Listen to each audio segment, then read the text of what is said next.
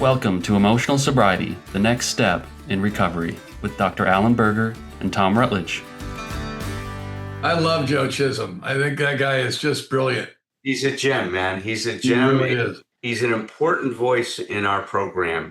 Absolutely. Keep it inclusive, man. It really is. And he's done a remarkable job. He's a very calm voice in the hectic universe. We need that, don't we? Jay and I went to the first international convention of atheists, free thinkers, and all that. And Jay called me up and he said, "We should go." And I go, "Absolutely." And it was in Santa Monica. I was there. I was there too. I remember, yeah, you did a set. I couldn't get in the room where you were. It was packed. Yeah. They didn't have any. I was walking around there and people look at me and go, "What are you doing here?" I don't know. What are you doing here? It was phenomenal. We were missing Alan last week, but we had a great time with just Tom and Carol. But we have Alan Berger with us again, and then also Bill Cleveland, who I have known for the last few years as just a pillar of my AA fellowship in Hermosa Beach. And, lately, as my circle has been broadening, I realized that, he's touched just so many people, others that I learned from, and that, I've been continuing this recovery journey with. And it seemed like it would be malpractice if we didn't have him on the podcast and to bat some ideas around about emotional sobriety with Alan. So welcome, Bill. Thanks so much for getting up early and checking in with us.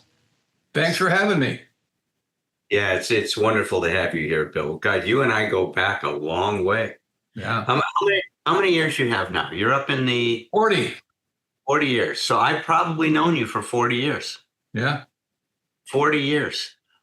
And what Patrick is saying, I would second. You have become a voice of what I would call very, very sound and full or optimal recovery in the South Bay area. And, I've seen it. I've seen the wisdom in you, just especially the last decade or so of your life is just so obvious. It's wonderful for me to see, because like Patrick's saying is that your words and your wisdom and your love and your compassion for those of us that are suffering just shines a bright beacon in the South Bay area for those people, and really welcomes so many people into this incredible journey that we're on. Well, what I like to say is I've never been bored in Alcoholics Anonymous. Oh, that's wonderful. And the gift that I had that I'm grateful for is I've never lost my enthusiasm for it. And yeah. I don't know why that is. Well, I think it's gotten greater right from the start, No, I think your enthusiasm has actually grown. Yeah. I've seen that it's deepened. It's more textured. It's very rich, your enthusiasm today. Well, what I tell people, if you're bored in Alcoholics Anonymous, it's because you're boring. It's not us. That's right. And I've had a lot of fun. And, it's very poignant. You lose people. The human experience is pretty stunning, but mostly I just really enjoy it. I enjoy the characters. I enjoy the humor. One thing about AA is it helps us laugh at who we think we are, not who we really are. But if you got to be able to laugh at yourself, not in a self-deprecating way, but just in the hilarity of the persona that we all carry. And once you look at that, you see it. It's funny. It is. It's funny. We can be so outrageous. Yeah. It can be so outrageous. One of the things that, in the lines of that, I remember when I was reading this Theodore Isaac Rubin's book on self-hate, and he was saying that the beginning of that is this claim of special status in our life. And when he said that, it hit me like a ton of bricks. I've always wanted to claim special status. right? And it's such an outrageous thing. I didn't want to be a part of life. I wanted to be exceptional. I've been enjoying lately, Bill, that you keep returning to this idea of, you don't have to do AA, you get to do AA, and it's something you look forward to, and it's something that really entertains you and fills you up. And I think, lately I've been thinking about like people that they'll maybe do a pretty committed, run of AA for like a few years, and then they'll just step away for a while, and maybe they'll come back, or maybe they won't. But I think I will probably stay in as long as I look at it as something that's to be enjoyed, rather than like a big backpack I'm schlepping around. Well, about emotional sobriety, my contention is that, like you'll hear people talk about we have alcoholic thinking, like there is such a thing, and I just don't think we're that unique. I think what we really are is emotionally immature. And for most of us, like me, I started drinking and using in my teenage years, and I did it for a good solid 22 years. Just really, it was my career path, evidently. You look back on it, you get swept up in it. And I think I missed a lot of lessons. So I got here at 37 years old, and I had the emotional development of a very angry and disturbed 16-year-old, the one with the problem with authority. And I look like I'm growing up, but I'm not, right? So the surrender process in AA, if you really get into it, like what happened to me, and you work the steps, you're going to go through a series of surrenders that you cannot avoid. And there's an especially powerful one that happens, it seems to me, between 8 and 12 years sober. And some people call it the second surrender. And that's the collapse of the egoic structure. You confront yourself stone cold sober, you blow up your life, something happens, and who do you blame? You're looking, because we're always looking for somebody to blame. We have a story. You can't get to AA and not know who they are, the ones that put us here. And it's not unique to us, but it's very stunning in AA. You sponsor guys, and they're all talking about that boss and the wife, and, it's all about them, and I believe that mostly I led my life believing unconsciously that things outside myself need to be different in order for me to be okay. Now, when you say that out loud, you go, what? But isn't that how we are? You're the problem. You're responsible for my emotional state, and you're responsible for my behavior. If you hadn't have said what you said, I wouldn't be yelling at you right now. It's your fault that I'm angry, and it's your fault that I'm straightening you out because you're wrong. And I feel very justified in that behavior. In AA, we're not really concerned about how you feel or what your story is. We're just concerned about your behavior. My sponsor told me, stop yelling at your wife. And I had to explain to him again why there's a reason. It doesn't come from a vacuum. And he was not concerned with my explanation for me being a bully to a woman that's 5'3", and I'm 6'5". He was not interested in that. And I remember leaving his house thinking, man, this is not psychotherapy. This is not, they're always interested in what I thought and how I felt. And he just isn't that. He's only interested in my behavior. So at 10 years sober, I blow up my life sober, and I did a big inventory, and you're forced to look, and I realized I am the source of all the chaos in my life. It's not them. That's an awakening. And that kind of self-awareness without humor is depression, when you realize that. And then what do you do? What do you do then? Well, that's the awakening process. You realize that I'm the source of all that. And then you go from there, you do the inventory, you start making amends and stuff, and life begins to change. And you would think at 40 years sober, I'd have some insight into that. So what we do in AA is we just tell our story, and the interesting thing I find interesting in speaker people or people that are doing that is what they think is going on here. What is really happening here.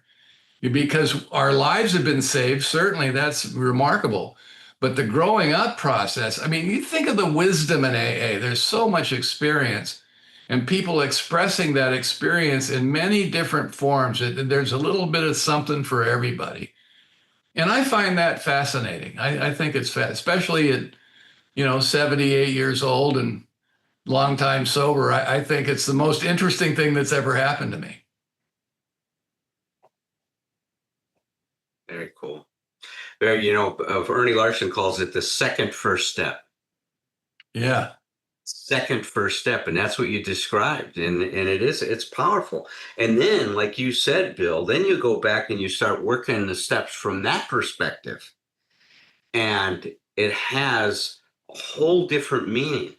And that's when we start to grow up. When the way you just said it is, I realize it's not what they're doing, and it has nothing to do with my justification of my shitty behavior, right? I mean, it's so true. I mean, I believed those justifications. I thought, of course, how could anybody not react to this situation?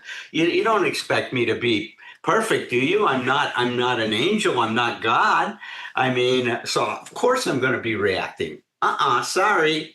We don't get that. We don't get to have those justifications. You hear some people never tell an alcoholic what to do. We don't like to be told what to do. Don't do that. Now, if you're 14 or 15 years old, that can be kind of cute, maybe even appropriate. When you're 40, it's just stupid. Yes. It's just stupid. And you're trying to justify negative behavior. I've done that.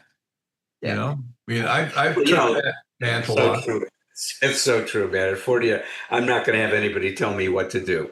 And it does. It limits the possibilities in our life terribly. That's why I've been calling that. Our problem is once we get that plug in the jug, we suffer from a growth disorder. We're stuck. We are stuck in our development. And you're right. You look back and you say, my God, all of these characteristics. See, I'm starting to think a little different about it, Bill, but it's along the same lines. See, I think our culture only grows people up into adolescence. Yeah. And so it's not just a result of our drinking and using. I think that contributes to it. It has to. Because, what is growth? Learning from your mistakes. Well, what do we describe in the program? I keep trying the same thing and I expect better results all the time, and they're never better, right? I'm not learning from my experience, so I don't grow. But I think that the problem is, and this guy Christopher Lasch, Bill, said it so well, we live in a culture of narcissism. This culture is all about me. It's an all about me culture. It is so rooted in selfishness and in having things that you can't grow along the lines that we would grow if we grow past our adolescence, which is to start to grow into more of a spiritual experience with life. The spiritual path, any real spiritual path, is about getting out of self. Yeah. Not more into it, but getting out of it. Not rejecting it, but just being able to watch yourself, watch the egoic mind operate. Yeah. I can watch myself think. Therefore, evidently, I don't have to go where it wants to take me.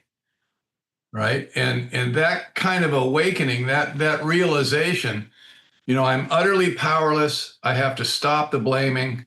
Nothing was ever personal, and I take everything personal like a teenager does. Nothing is personal.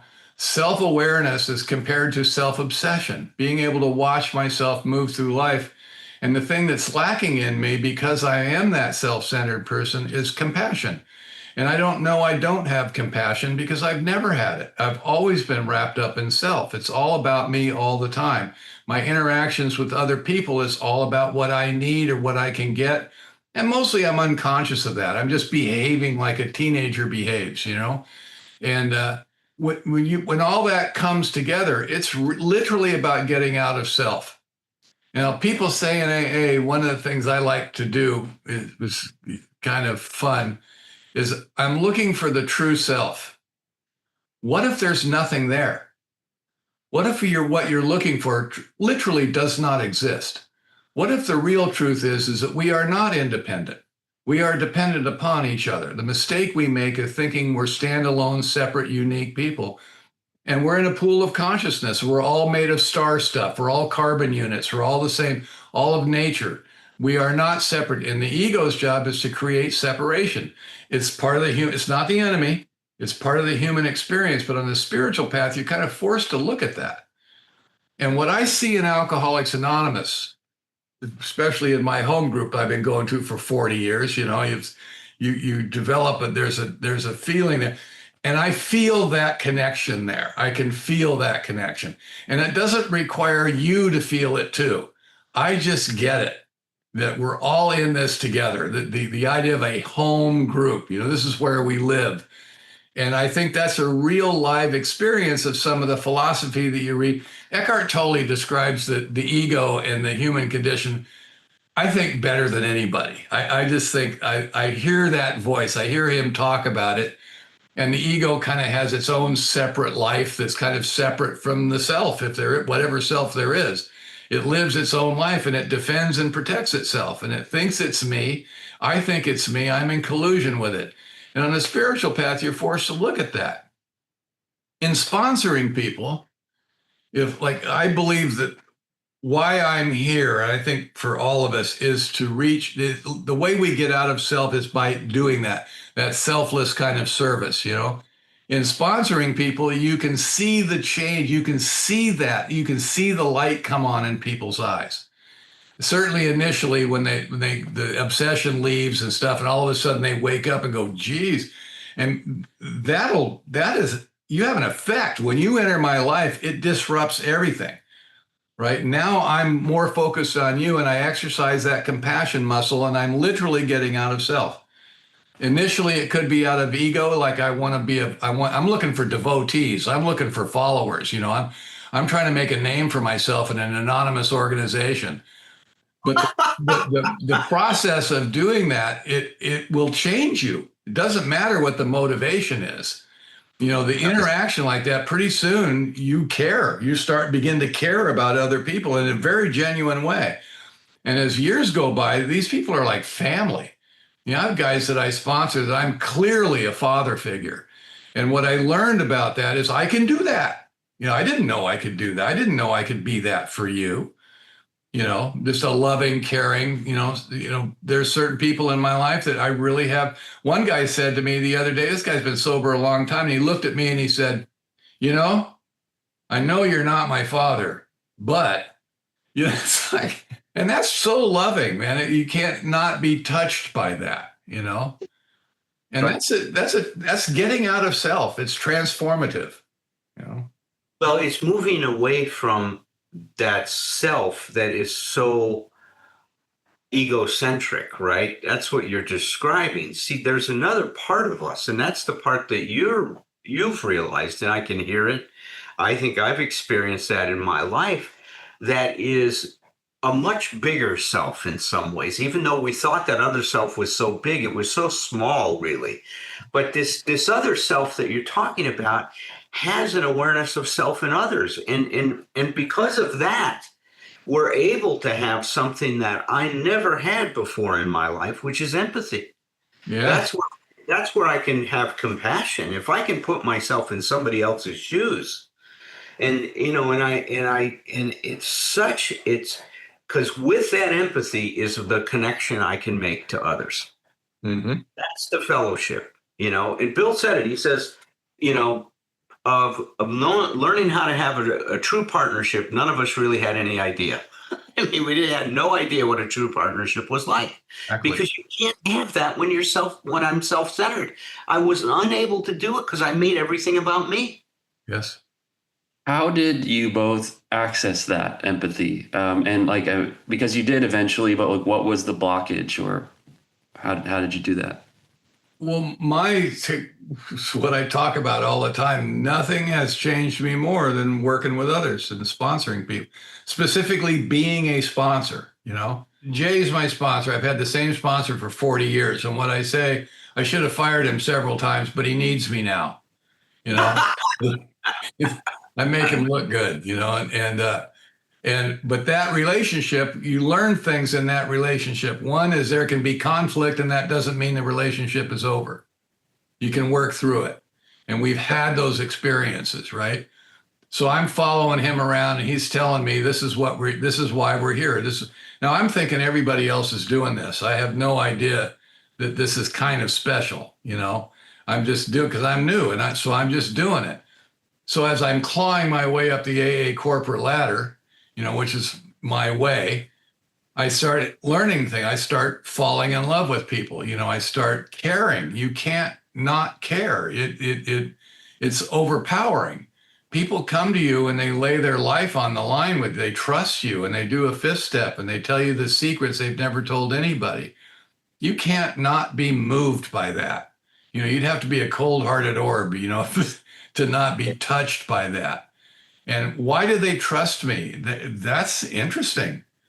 Why did I trust him? And I'd been to mental institutions, and I'd been to group therapy for 2.5 years, and I'd been gestalted and Rolfed and primal screamed, and I told this man stuff that I'd never told those therapists, why is that? And I find that fascinating. So you start looking into it, you start reading, you start, if I'm going to do this sponsor thing, maybe I should get better at it, and you have experiences. The number of experiences I've had with people, you walk away from some of them going, wow, what was that? What was that about? And so you develop a philosophy around it. I think the thing I like to hear from speakers, and what I try to do is I try to describe what it is I think is going on here. I have my 5 pillars of spiritual condition. When the pandemic hit, it's like all of a sudden you're talking 6 days a week. How much can you listen to yourself? You're on Zoom and all this stuff. And I start really looking at this, like what is really going on here? What's happening here? You talk about spiritual condition, the only thing that's going to save me is the maintenance of my spiritual condition. So the first job I have in Alcoholics Anonymous is to get one of those so I can maintain it. And this isn't going to happen overnight. I'm not going to just do an inventory and all of a sudden I have a spiritual condition. Certainly hasn't been my story. And in 4 decades of sobriety, I can look back and see life is learned looking backwards, right? I can see the phases I've gone through, the phases of emotional development. What's the Bill C today compared to the Bill C when he was 10 years sober and you thought he was the light in the way and he's pounding on the podium? And I did an inventory after that, and I was ashamed of myself. That was embarrassing. When you see it, you go, really, was it that bad? The answer is yes. It was that bad. My sponsor said to me, I said, I think I should quit speaking at meetings. He says, why? And I said, there's just too much ego in it. I'm way too carried away with myself. This isn't healthy. I see it now, and I'm embarrassed. I was ashamed. I had a lot of amends to make in AA for a long time for the way I treated people. And he said, you don't get to pick and choose what you will and won't do. But maybe the next time you're speaking in front of some people, why don't you try telling the truth? And I said, well, I'm not lying. What do you mean? He goes, quit doing theater and talk about what's really going on.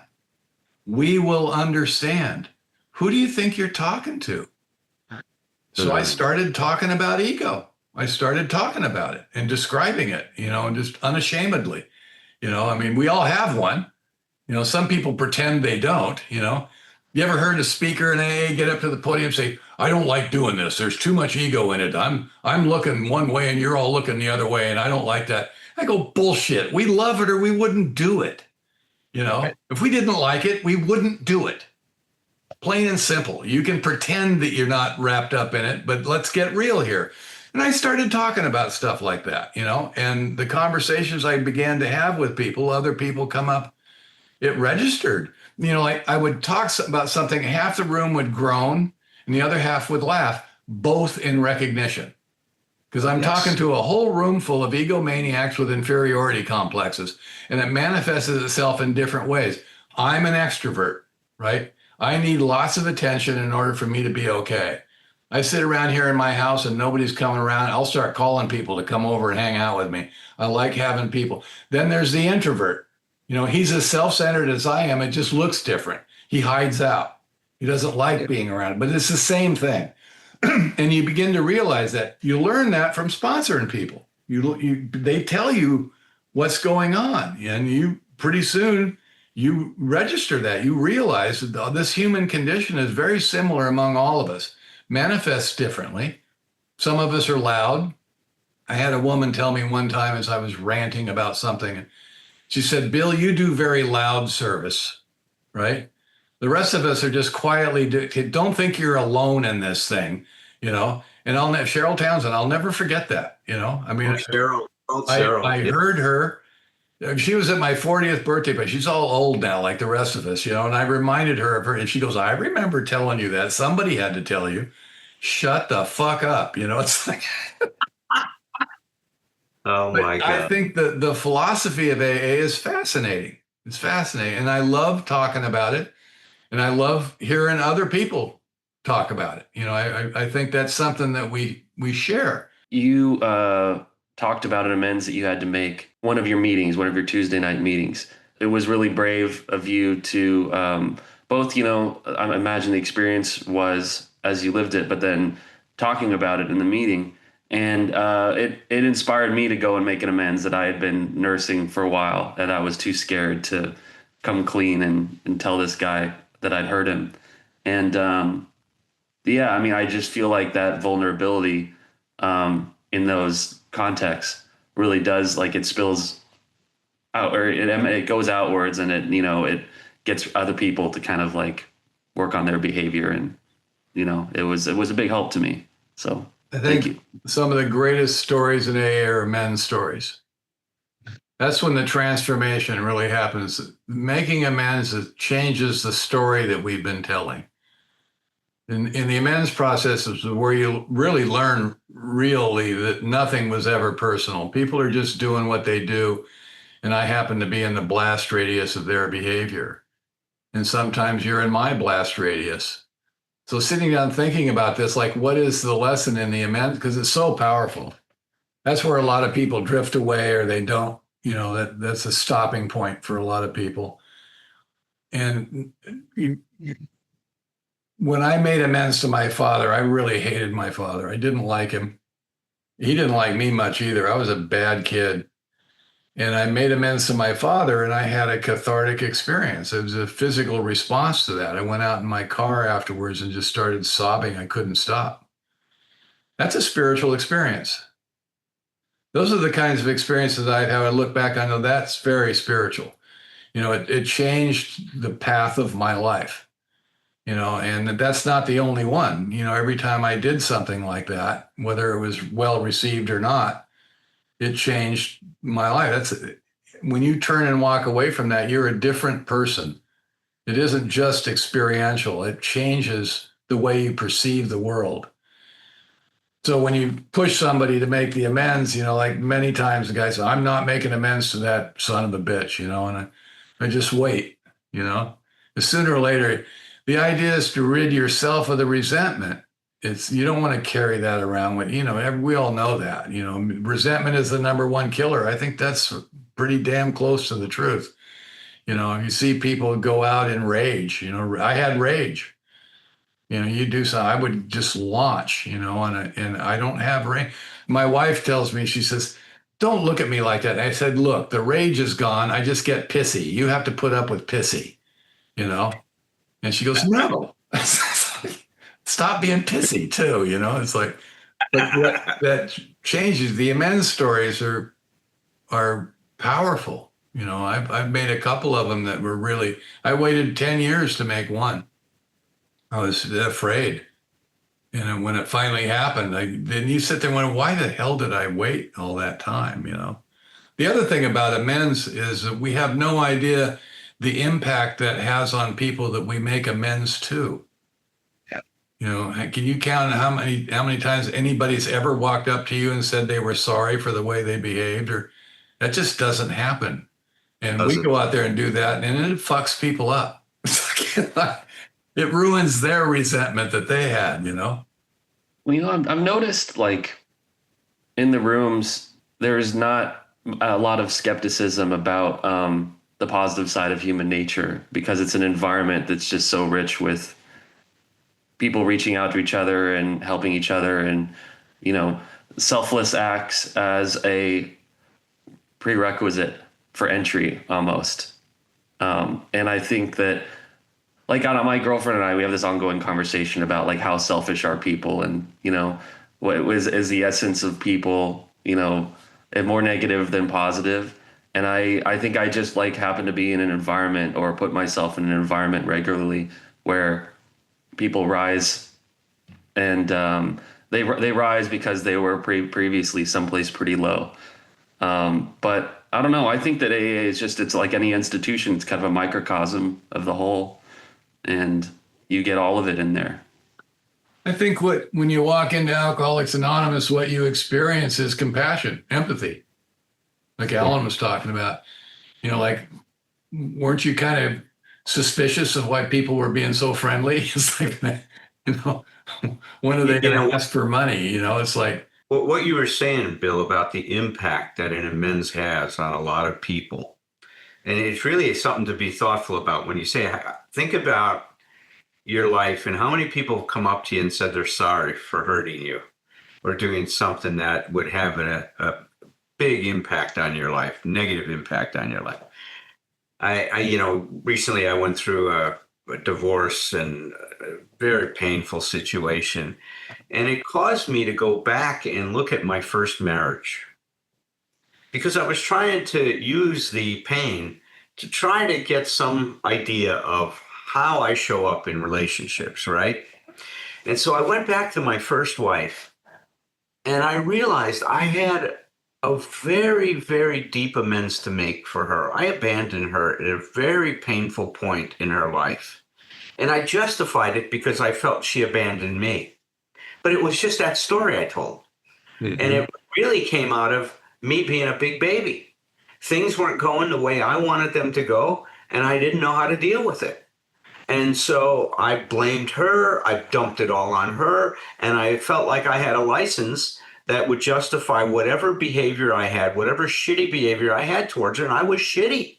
I was terrible to her. And I called her up, and I started to talk to her about it. And even the awareness I had of what I did wasn't even as deep as what I learned from her when she started to talk. When I was able to open that up and have that dialogue with her, I could see the pain that I had caused in her like I had never seen it before, Bill. And she was able to articulate and cry with me, and we healed something that was, 40 years old.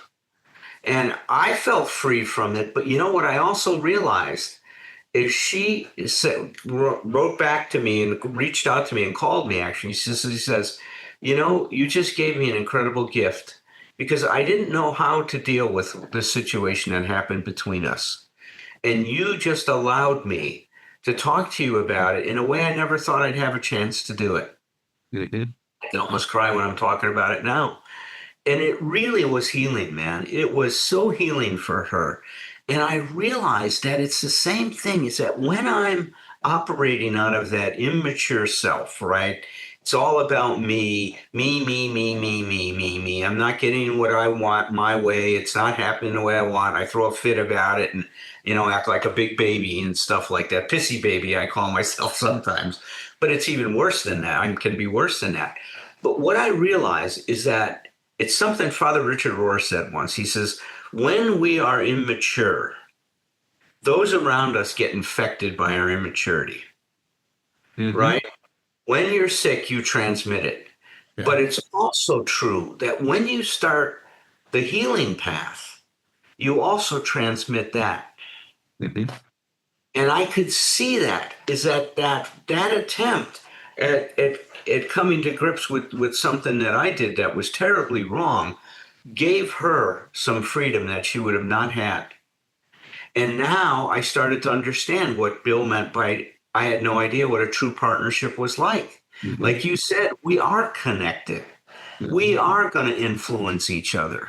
We have an impact on each other's life. I am my brother's keeper in many, many ways. And a lot of times I did not know how to handle that responsibility responsibly, right? Because I can't if I'm self-centered.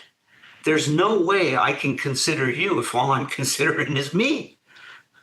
Well, And and you so, learned, I was just going to say, and you learned at some point that in the pain of your divorce, you decided to look at your part in a previous marriage. I mean, that's years of learning that got you to the point where, well, what do I do when I'm facing this pain? Is I don't just throw it back on, you know, the well, perp. that's because I can get out of being a victim. Look at how I've been hurt, and take responsibility. And understand. Look, I've been in my current ex-wife's position. I've done things like that, so I'm not going to sit in judgment of that. As much as there's a part of me that would like to, I can understand how we act and how we get to those places. But that's the empathy. I never had that before, Bill. Never had that before. Why is it so hard for us to admit when we're wrong? That's that damn ego. You're Everybody right. runs into this. Why is it so hard? Sandy Beach used to say, "Well, I was." He couldn't even. It wouldn't come out of his mouth. And I remember him saying that, and it just made me quiver because I have that problem. Well, one of the reasons that we don't want to say that we're wrong is because when we're wrong, then we're not okay. Yeah. And you can't not be okay. The ego won't allow that. We have to be okay. It has to be your fault. What I've learned, and this friend of mine described this really well to me. He says, what I've learned that even when I'm wrong, I'm still okay. Right. And what I like to talk about, I've reached a point in my life when I look in the mirror, I like what I see. I think I'm okay with all my flaws and all my, like when I have a slip, it's usually arrogance. I get really, I'm Bill C. God damn it. You can't talk to me like that. That's a slip. That's become a joke at the men's stag. Is I'm Bill C. God damn it. A guy gave me a coin, my 40-year coin. He had my picture on it. He had it embossed on there, and on the other side it says I'm Bill C. God damn it. And you have to be able to laugh at that, not deny that it exists, but laugh at it, right? So this idea of, like you talk about compassion, empathy, and making amends. In the amends process, this is where this happens. You come to the point where you say, I'm the source of all the chaos in my life. And you can kind of look at that almost in a loving way. Like, well, finally, I get it now. It's me, it's not you. That takes a lot of load off, man, and keeping track of the whole world and how it's behaving, and things outside myself need to be different. Let's go of that. Now, initially, it may seem awful. The ego will resist that, doesn't want to be wrong. It doesn't want to be wrong. And there's freedom in it, though. There's freedom in it. Now, one of the things I wanted to mention when you're talking about your first wife, 8 years ago in February, I had a liver transplant. I almost died. And at about 20 years sober, I started getting really sick with hepatitis C and cirrhosis, and I got rid of it, and then the liver failed, and then I ended up, so I went through this whole thing. And in that time, I started meditating with intent, and where I needed some kind of spiritual help. It doesn't matter what I believe in or don't believe in about God, It's this, I need help. And I knew I couldn't, by that time, I knew I couldn't change the outside situation. Nothing's going to make it go away. But I needed to rely, I didn't want to come from a place of fear and trepidation. And my MO, because I'm the classic immature guy, is when I get frightened, I get angry. I start yelling, and I'm a bully. I'm not quiet about it, And I didn't want to do that. And I started meditating with real intent, and I had a real experience. I had an experience. Not just one experience, but an experience of some peace in the eye of the storm, right? And in that near-death experience, one of the things that happened, I got lucky, and I was in a hospital room, and for another, I won't go into the whole story, but a liver came. I'm a big guy, and they can only put it in a big person. And the surgeon, the woman who was next in line to get this liver, was too small. So the surgeon came up to my room and said, I've got a liver for you right now. And 45 minutes later, I was in surgery, and I was dying. They were draining 4 to 7 liters of fluid out of me every 3 or 4 days. Ascites were building up, and I was scrawny. The body feeds off the protein in your muscles, and I was It was just awful. I was dying, and literally, and I knew it. I knew it. And people were coming to say goodbye to me. That's a weird experience, right? And it's like, and people, you know, I wasn't really afraid. I was just really disappointed. I wasn't done yet. I wasn't ready to go, but I wasn't. There wasn't so much fear as there was simplicity in life. You just show up to the next doctor's appointment. So this guy brings me, and I'm in surgery, right? So the surgeon, I'd never met him.